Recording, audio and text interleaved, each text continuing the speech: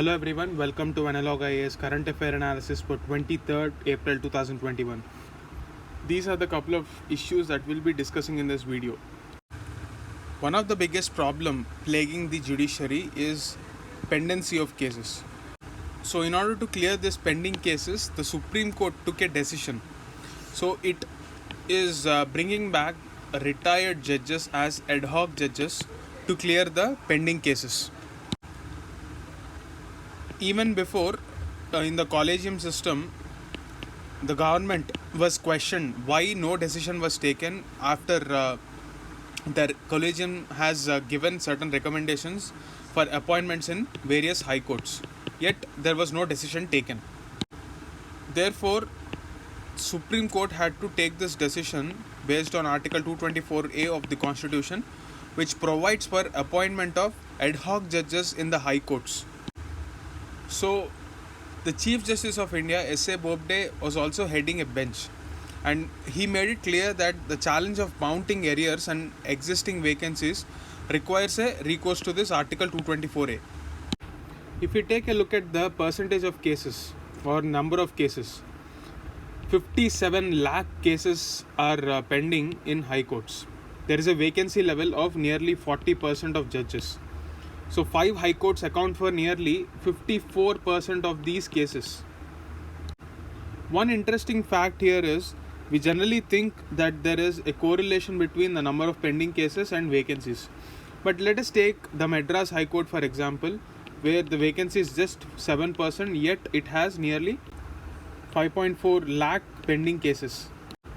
In government's defense, Attorney General said that there were 220 vacancies, but it got only 196 vacancies recommendations. So unless and until the entire list is updated, hence there is a delay in appointment. So what we can safely say is it is not just the problem of center not cooperating. Sometimes even the states have not upgraded their infrastructure. Till now, even after the pandemic has stuck the world, Indian judiciary has not evolved beyond Zoom meetings.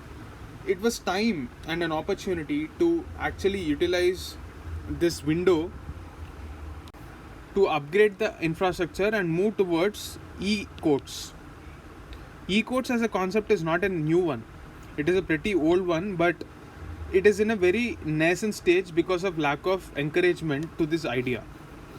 Now with the pandemic coming into the scene, many litigants were forced to move their hearings online, and even the courts have moved online. Taking this idea forward, we have to digitize and upgrade the infrastructure to achieve the speed, scale, and at the same time ensure that justice is delivered on time. That is the gist of this article. Lessons COVID taught. This article is about the kind of lessons that we have to learn from our experience in 2020 with respect to the first wave of COVID. So are we listening to the lessons taught in the first year of COVID-19 is what this article is asking.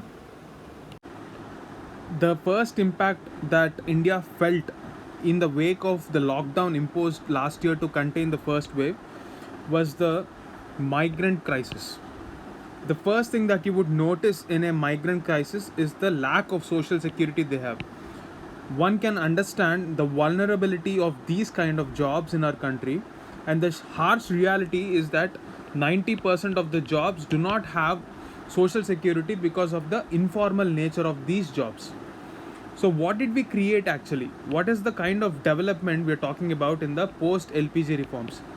After 1991, we have seen a scenario where a lot of people moved out of agriculture because it is no longer remunerative. At the same time, the advantage it created for India is it created a huge pool of cheap labor. But the issue of cheap labor was not balanced by creating a social security net, and at the same time, the other problem, the other dimension is that inequality was rising equally.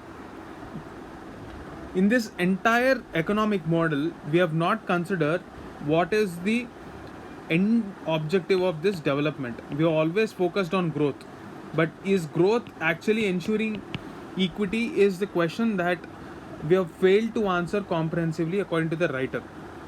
Now we have to understand that the informal sector of the economy requires certain social security nets. But is it right to treat the entire informal sector where 90% of the population works as vulnerable? If that is the case, India would not have been having the kind of purchasing power parity. So it is important to understand that composition of this 90% of workforce. So here is where we have to think about changing the structure of this informal sector and protecting the vulnerable people. For this, we can take a cue from the Atmanirbhar policy, which was taken up by the government. The agenda of this is to procure or produce locally. What can we produce locally?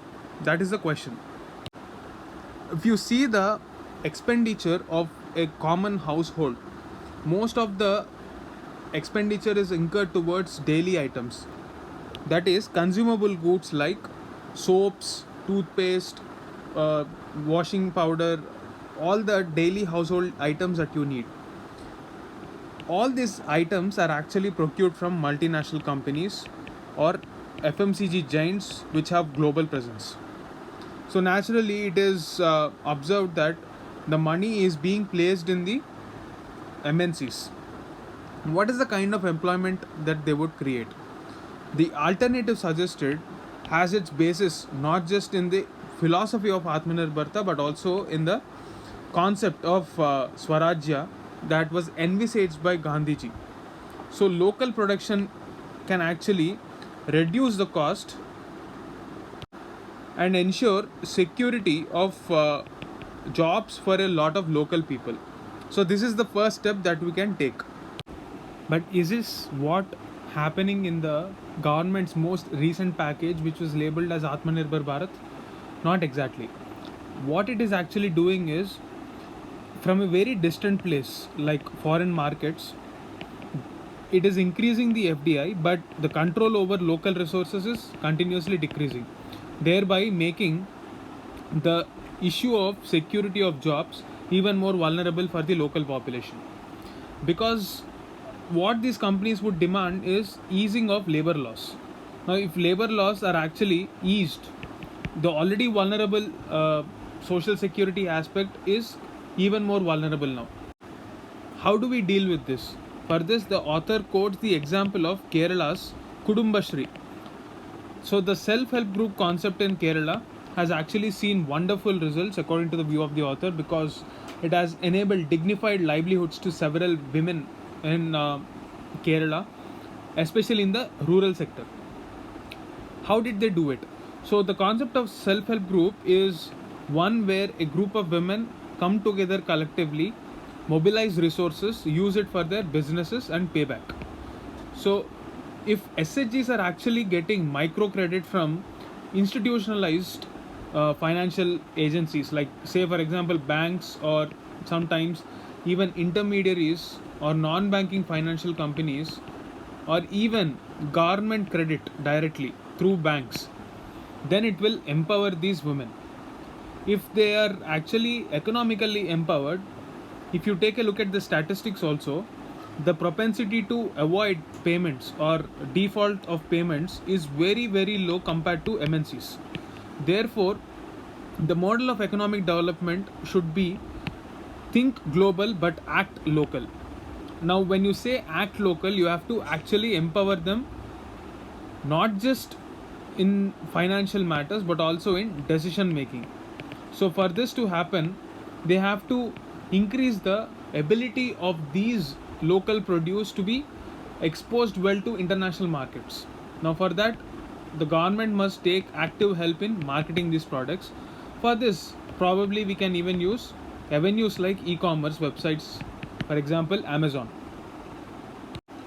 One more aspect that most of policymakers missed in the last COVID wave is the fact that certain vulnerable sections like the tribals, they have Forest Rights Act for their safety. But are we actually realizing the potential of the Forest Rights Act? we have as many as 50,000 families of tribals whose rights are not yet realized. Even the judiciary has sometimes asked locals to evict the place because they didn't produce a proper proof of residence or a proof that they indeed belong to that forest area.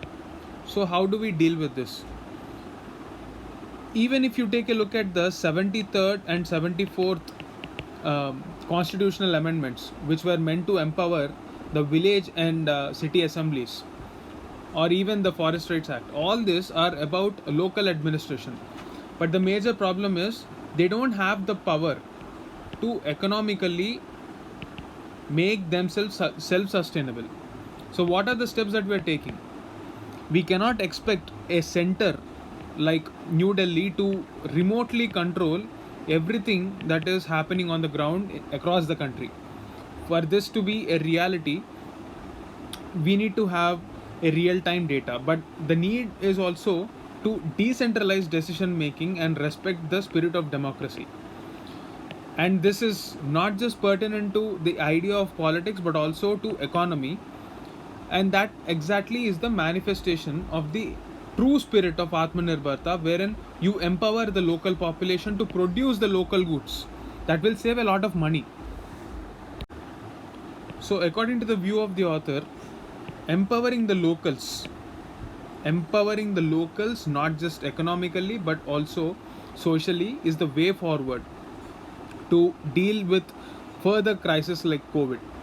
Whenever decision making is centralized and implementation is decentralized, when policymakers at the center take inputs from the local bodies, only then we'll have a comprehensive policy that is designed at the center but executed at the local level.